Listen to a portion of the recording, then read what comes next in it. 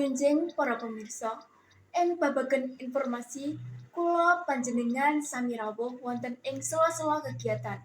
Kula Mustika Dewi Nur Fadila ingkang badhe ngaturaken pawertos ingkang paling anyar saha paling anyar. Rebo 13 Maret 2024, Semarang wis kena udan deres, nyebabke swatara wilayah ing Semarang kebanjiran ing dina Kamis 14 Maret esuk.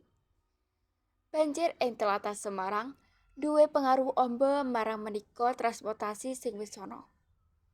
Kejaba arus kendaraan sing kebanjiran, sepur ing wilayah Semarang uga ora bisa mlaku amargi jalur sepur kebanjiran.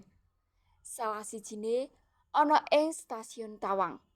Akibat banjir, swatara perjalanan sepur kudu mandheg nganti banyu banjir surut.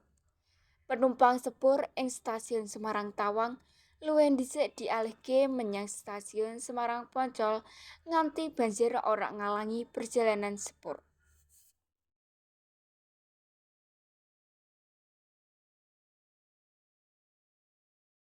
Lan wertos ing wekdal punika kula Mustika Dewi Nur Fadila keparingan sumingkir saking ngersa panjenengan sedaya.